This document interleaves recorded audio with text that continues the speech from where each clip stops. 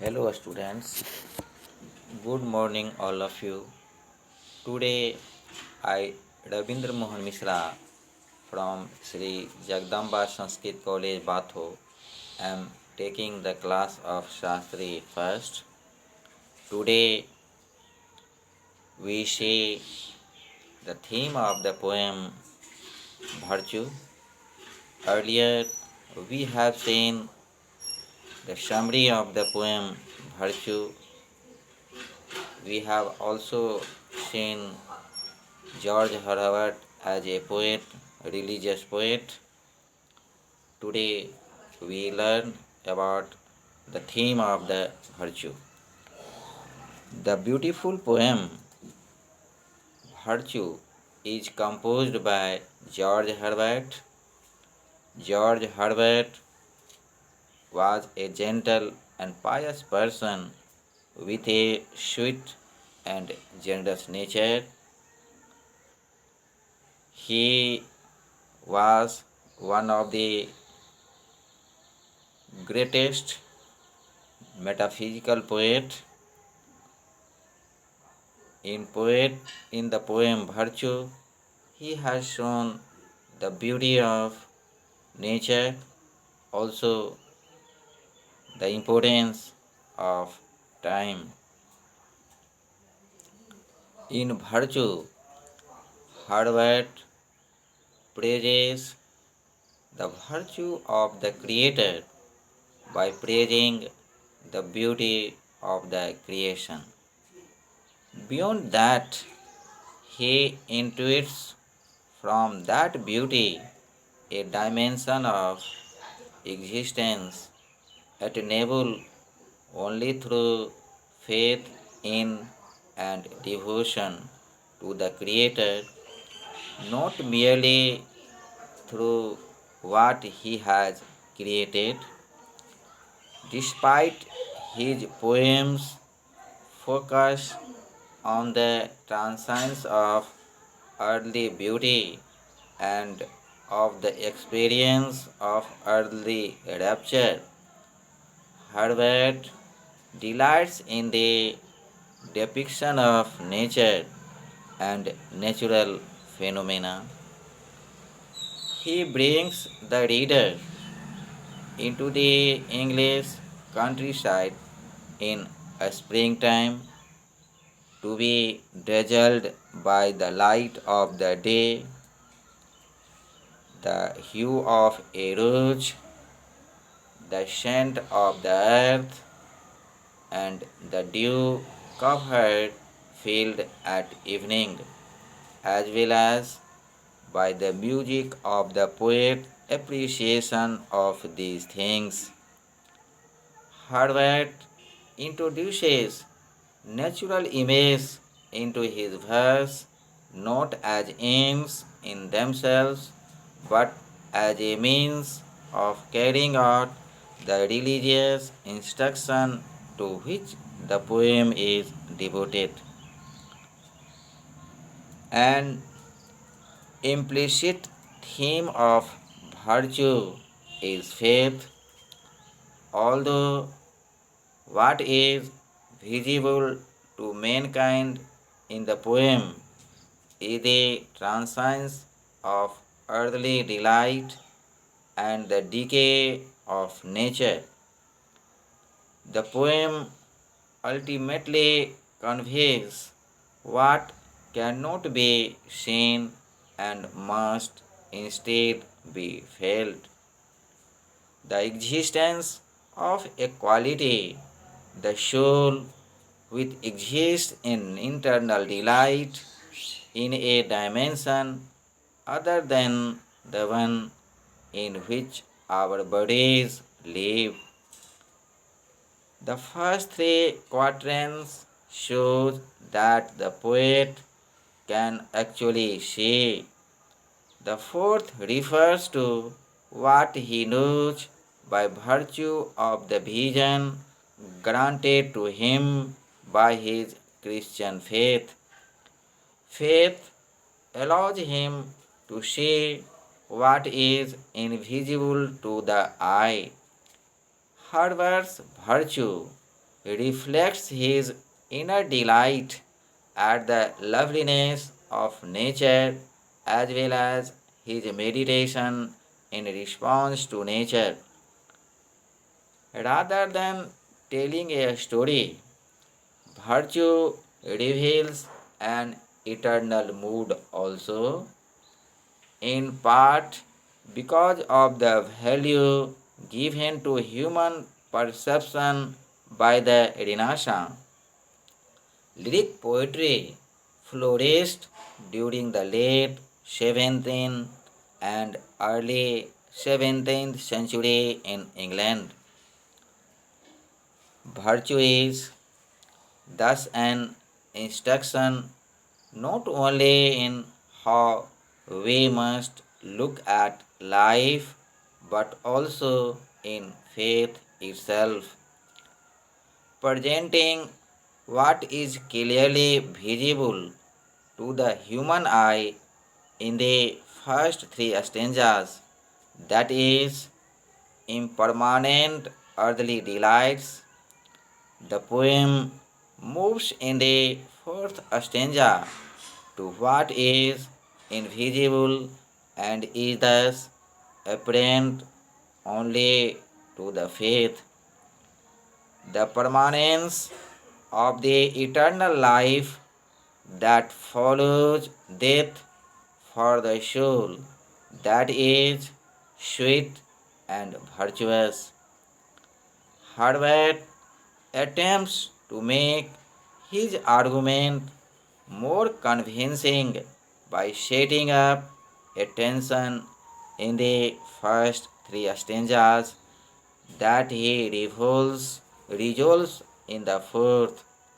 Indeed, each of the first three stanzas ends in frustration, and through that frustration, Herbert instills a longing in the reader.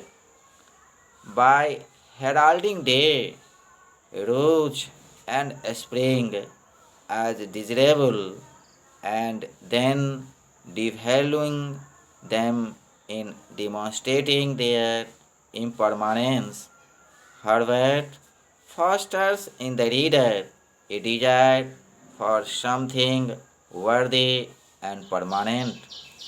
Thus, by breaking in the fourth stanza the pattern that governed the first line of each of the first three stanzas, beginning with the word only, Herbert resolves his poem's tension.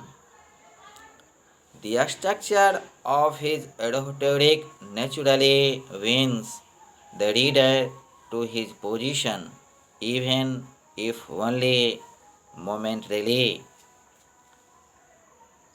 We can show the poem's complexity and resonance through analysis of terms like dew, fall, and seasoned timber. Dew can signify the presence of Christ. The word fall invokes the biblical story of the fall of humankind in the Garden of Eden. Seasoned timber may suggest the soul that has been cured on its native and youthful devotion to the manifestations of divinity in nature, allowing it to focus its devotion on divinity itself. The term may also refer, perhaps, to the cross upon which Christ was crucified. Such extensive analysis, however, do not make virtue any more striking as a poem, rather making it only more doctrinal or obscure than it first appears. Harvard's original intention as revealed in the poem, was to show the impermanence of earthly delight.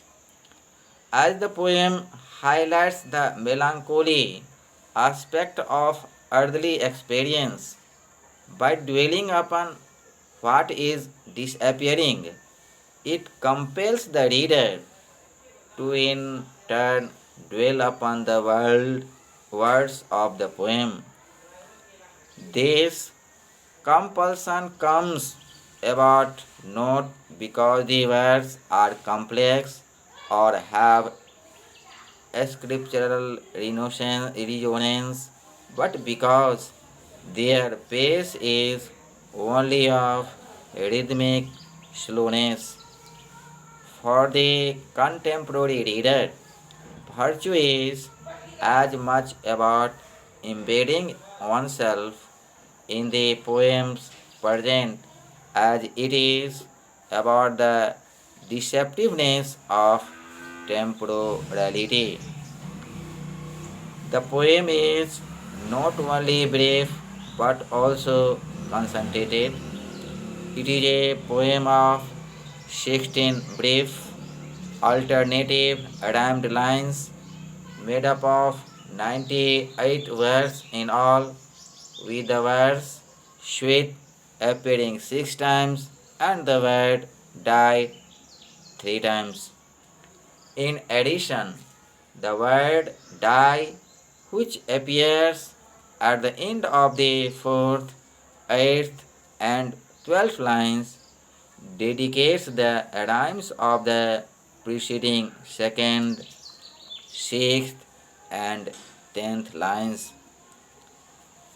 The sound of the first verse of the 17th and 11th line, die and my, respectively, also echoed with this rhyme scheme. After the image of the sweet day is first evoked in the poem's opening, it is extended by the languorous triple modification, so cool, so calm, so bright. The primary notion expressed in the poem is that the phenomena of the natural world are transient and ought not distract one from the eternity of the supernatural world. The poem itself contradicts that notion by demanding a focused and steady attention to its most minute details and consequently to its mechanics and to the images represented within it. Thus, in short, in a sense, virtue seems to be separated from its author's apparent intention rather than warning a reader not to become fixated on the created world. It stands as a work of human creation demanding absorbed attention. The poem itself is not transient but endures as an object worthy of contemplation across the boundaries of time as confined by succeeding eras. Somewhat paradoxically, while virtue warns against attending today, rose and spring as if they were permanent. At the core of this earthly aesthetic object, a moral creation, is what Herbert believed to be an immortal truth. Indeed, virtue instructs us in Christian dogma. What makes something eternal is not only its duration in time but also the depth of people's consciousness, their perception of it. In this respect, intensity is as much a dimension as time. Virtue acts as a vehicle for the expression of the eternal. The poem also compels the reader to reside in and as such creates an aspect of permanence rather than allowing the reader to yield to the hurry and inattentiveness that endow an experience with an aspect of transience.